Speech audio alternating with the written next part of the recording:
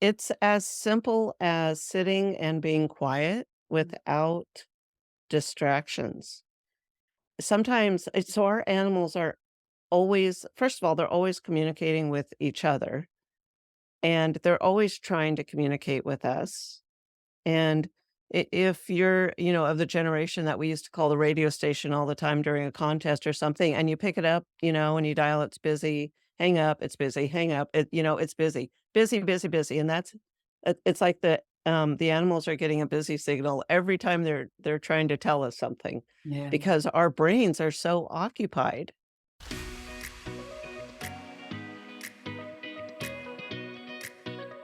Hi, and welcome to Beyond Empty Nest. I'm your host, Jody Silverman, speaker, mentor, and Chief Dare Officer at Moms Who Dare. Every Thursday, I'll share stories of midlife transformation, happiness tips, and dare you to see the opportunities waiting for you so that you can make this next chapter even better than the last. If you're ready to dare, I'm ready to dare with you. Let's get into today's episode.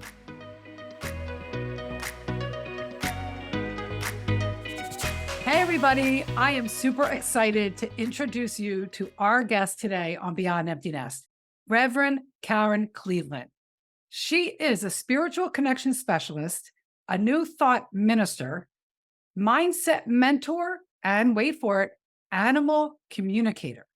She offers carefully curated transformational adventures for mostly women who are ready to find meaning and fulfillment in their lives through safaris all over the world. Upon return to home, we can continue the inner journey to accomplish once buried dreams through mind, body, and soul connection exercises. Reverend Karen is here to talk to us about what animals are here to teach us. Karen, welcome to Beyond Empty Nest. Thank you. It's such a pleasure to be here. Yeah, I'm excited. I'm excited to share this topic. It's something new and different for us on Beyond Empty Nest. And I know so Yeah. many of our audience members have animals. I actually know a couple audience members that have been on safaris and have Yeah. said it was the most life-changing experience. And we'll get into our conversation in a minute about what animals are here to teach us and all the fun work you do. Yeah. But before we dive into this, I always ask my guests to share. There's a backstory here. Share a bit about how it is you came to do all this work that you do. And I'm extra curious about the whole communicating with animals. Oh, absolutely. And I have to say it's probably a lot by accident or, divine design. Who knows which way it goes, but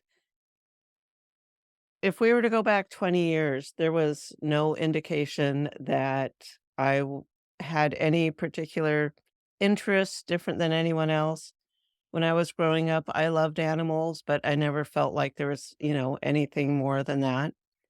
And it wasn't until so I kinda started this journey, both a spiritual journey and an animal communication journey randomly at the same time. And what started it, there were several events. My kids were teenagers. We had a dog, we had cats, and I was always telling the kids, "Can you do this for Buddy? Buddy wants this, Buddy wants that, can you do this?" And one day my daughter, she just stops me. She says, "Mom, how do you know what Buddy wants?" It's like, "What? How? You don't know what Buddy wants? How do you not know what Buddy wants?" And so it started to make so much sense. Number 1, why no one else ever did things for the animals that they needed.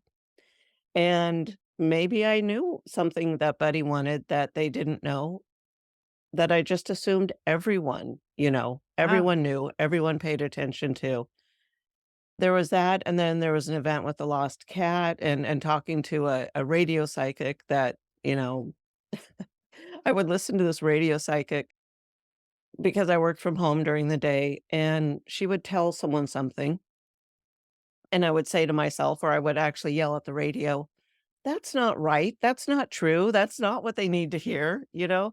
So I started thinking, it's like, why do I think I know any different? So I took a class.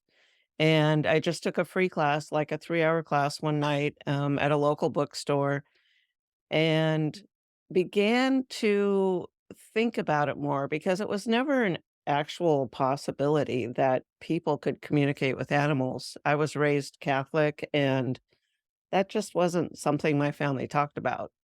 So, Yeah. I started taking classes, and sure enough, I learned I could communicate with animals. I would say now that anyone can that wants to, but, but for some it might be easier, definitely you have to believe you can and put the practice in and all. So I started taking classes, started talking to animals, and just went down this road of connecting with animals, helping people with their animals, and at the same time, I was exploring, you know, what is out there? There's something out there. What is it? I don't know what it is. And my brother went to a church that I actually belong to now, Centers for Spiritual Living, and made some recommendations. So I kind of started. I say they were kind of a catalyst for each other. I'd say my animal communication journey and my spiritual journey just both evolved at the same time. And there were definitely rough times along the way, and that's when I began to piece together the two of them. That animals can help us more like the universe does at times if we allow it. So that's basically where I started. Well, and there's so many golden nuggets within your story, Karen, about, you know, your daughter asked you a question, and that one question to me, that was like a pivotal moment where it's like, and I love how you said, Yeah. what do you mean? You don't know what Buddy wants?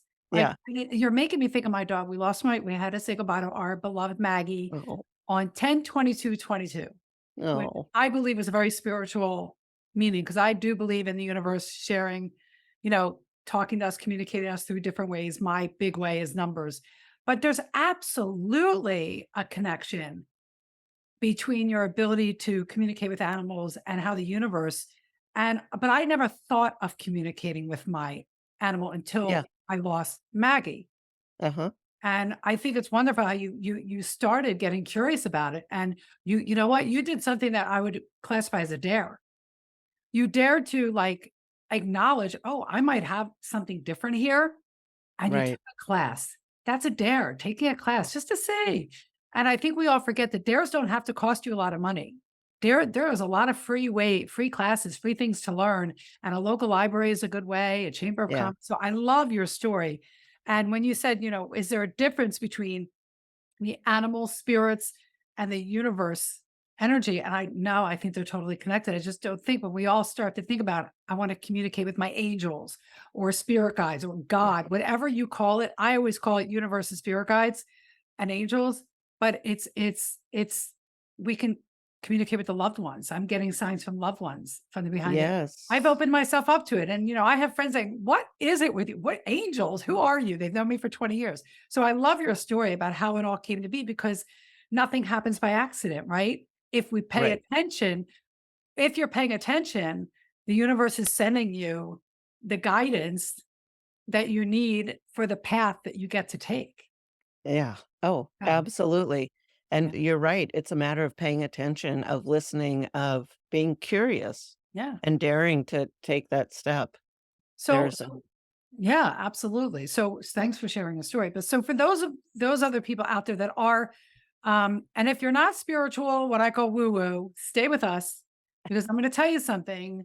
I fought it for a long time, and what do you have to lose to be open to the possibility that there's an energy greater than us trying to communicate with us? You got nothing to lose by paying attention. But for those of us that have embraced and understand that what we put out comes back to us, the energy of the universe is always there to support us. There's divine guidance. We're all in one with it. We're not mhm. separate. But we talk about like how, for those like me that never thought about how talking to our pets is like talking to the universe, how and where do you begin? And you're talking about are you talking about when you say that, are you talking about our pets, like you're communicating with pets here and communicating with Yep. pets from beyond? Yes, both. Because energy is energy, love is love, and it doesn't just end. There's no boundary just between life and not life, as far as connecting with eternal infinite energy. Yeah. So Yeah, um, trying to answer your question, and So now all of a sudden I forgot what so exactly no, what the so question it was. was kind of 2 parts. So for example, something you triggered a memory for me is before we had to say goodbye to Maggie, before we made that decision to let her go, I knew she wasn't happy. I Mhm. would sit there and I would look at her and I it was almost like she was looking in my eyes. She had very deep, soulful eyes. And I would look in her eyes and I'm like, you are so unhappy. She was so unhappy. And I knew it in my gut. I knew it with every of my being. So, how talking to our pets is like talking to the universe. Let's Yeah, talk first about where do you begin with talking to your pets that are right here to start the process? I know it's not as simple as a tip, but maybe it is as simple as paying attention it to how is, you and feel. it's as simple as sitting and being quiet without distractions. Sometimes it's so our animals are always first of all, they're always communicating with each other, and they're always trying to communicate with us. And if you're, of the generation that we used to call the radio station all the time during a contest or something, and you pick it up, and you dial, it's busy, hang up, it's busy, hang up, it's busy, busy, busy, busy, and it's like the animals are getting a busy signal every time they're trying to tell us something, Yeah. because our brains are so occupied. And even when we sit down sometimes to relax, we have the TV on, we have the radio on, we're going through all the laundry list of things in our head. I mean, how does God or an animal get a message through there, right? So how does the universe ever send us messages when the brain is just so busy and it's really hard? So I think the very first thing is honestly sit down, even if it's 2 minutes. Yeah. Sit down on the couch, on the chair, wherever, and I'm not gonna tell you to clear your mind because that's impossible, Yeah.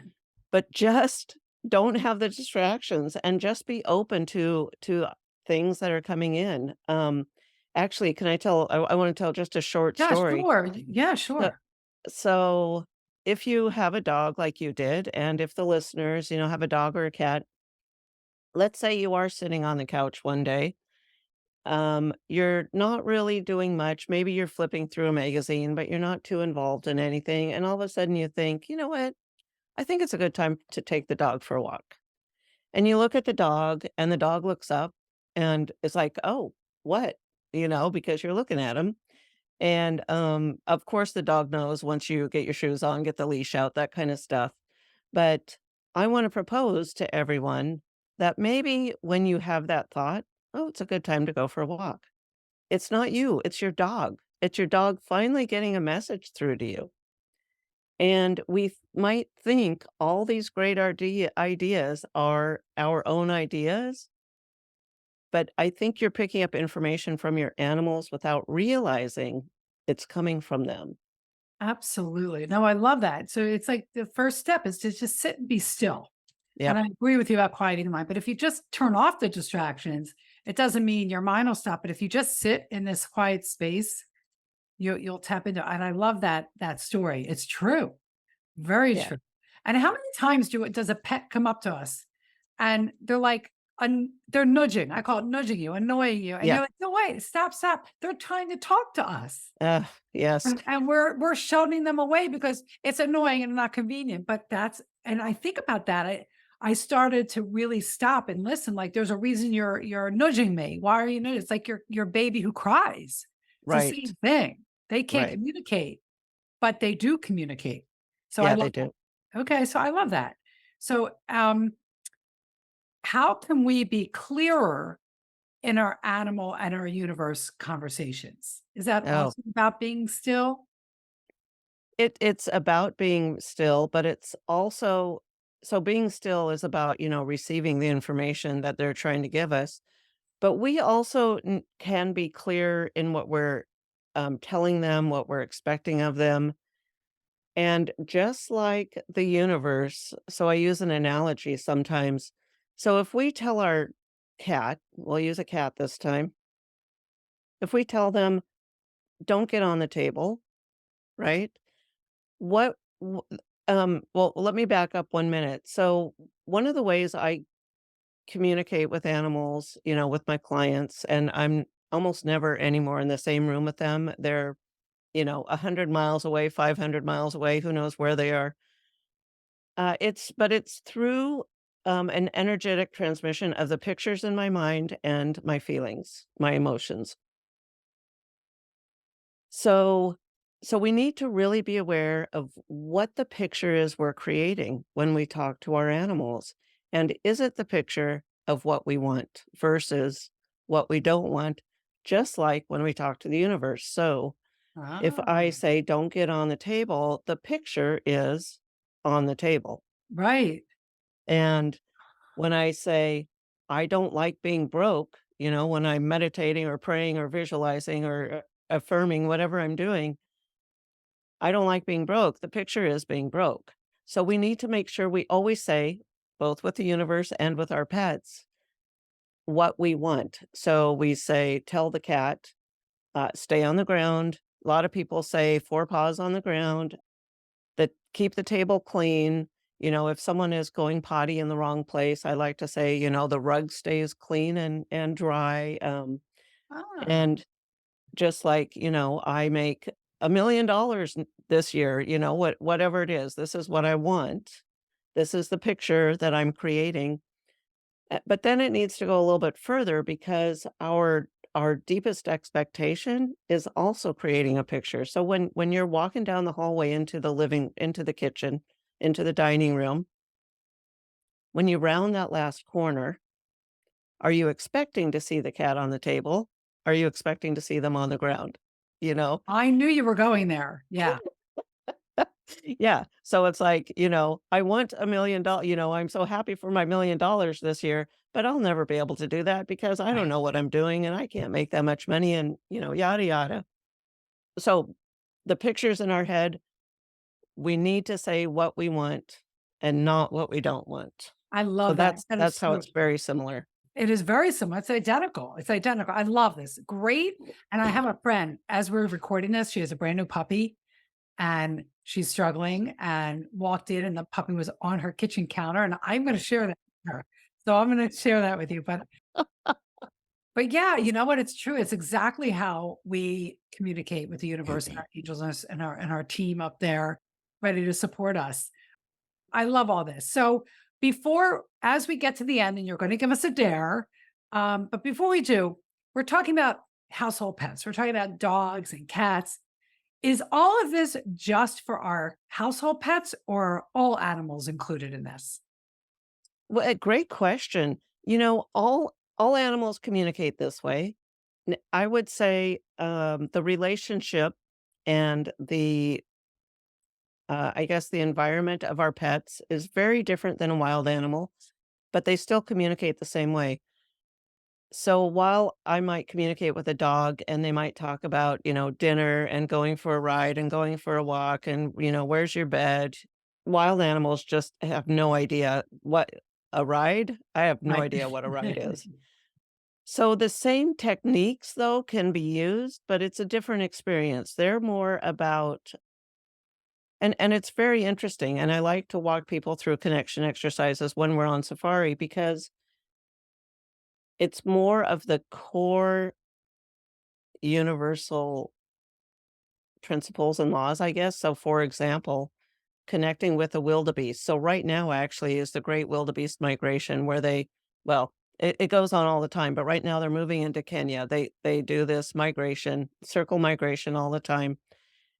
And for them, if you were to connect with them, um, you'd understand that they are following their instinct, which for us would be our intuition. Right. So they don't question it.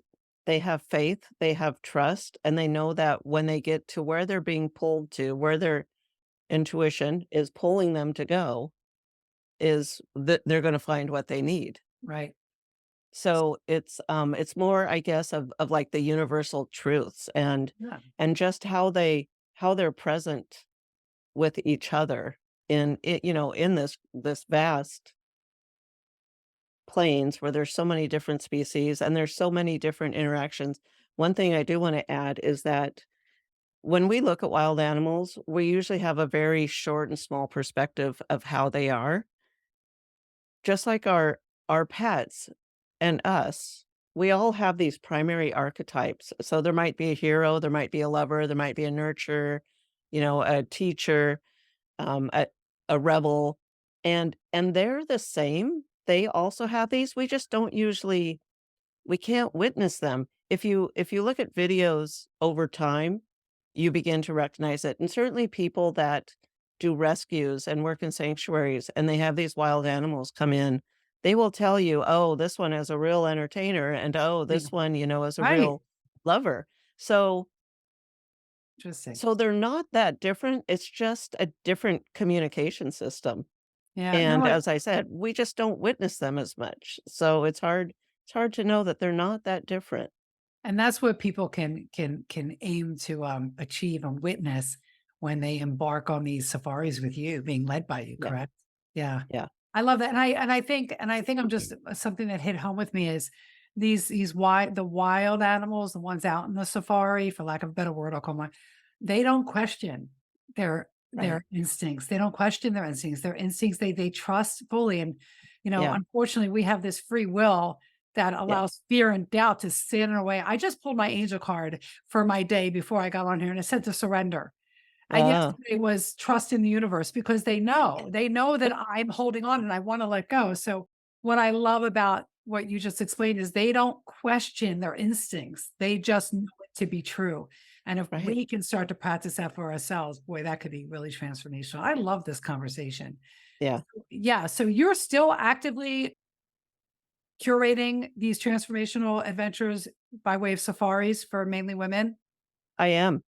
I am. Right. So by the time, when this airs, I'll have just come back from a safari. Right now, I'm doing 1 to 2 a year. Okay. Just not that I wouldn't do them all more often, but from Seattle, it's a big trip, and Yeah. I'm doing other things too, so Yeah, so I sure. just can't take the time all the time to go do safaris, but absolutely, Yeah. and I already have, November and December on the schedule for next year, so Awesome. Well, we'll supply links in our show notes how people can find and follow you so that if they have this on their vision board and their bucket list, yeah. they can do it. All right.